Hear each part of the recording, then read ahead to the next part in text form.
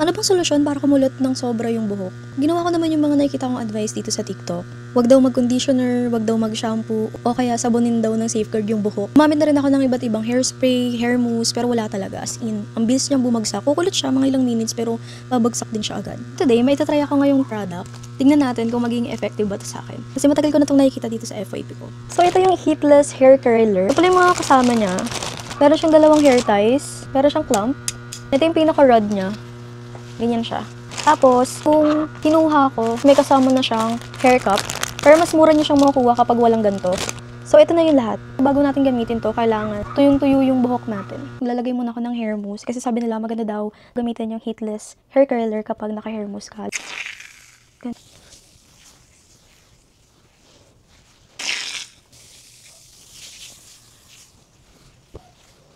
After maglagay ng hair mousse, susuklayin lang ulit natin.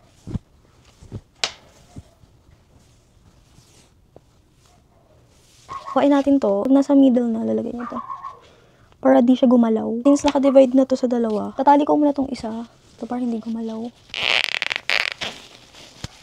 Ganyan. Kukuha dito ng hair. Pulupot mo dito. After mo ipulupot yan, baka ulit ng hair.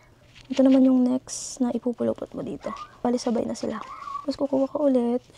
Pag mong bibitawan yung unang hair na pinulupot mo kasi isasabay mo yan dito sa bagong hair.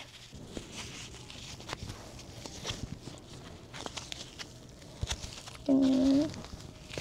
Pag nakapulupot na yan, kukunin mo to. Then itatali mo siya. Tapos na tayo dito. Kung ano yung ginawa natin dito, ganun lang din gagawin natin sa kabila. Tapos ito, pwede na ito tanggalin eh. Yan. Sabi, ibababa daw natin to overnight. Meron tayo ditong hair cup.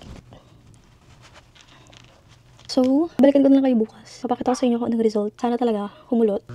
Ito na. Nag-prep na ako. So ngayon, moment of truth.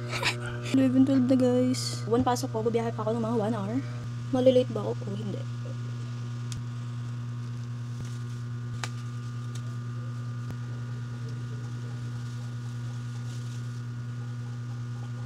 Wait, wala pa. Kalma. Wait. So, ito na yun. So, ito, kung gusto nyo rin magkulot na hindi na gumagamit ng plancha, check pa Yellow Basket.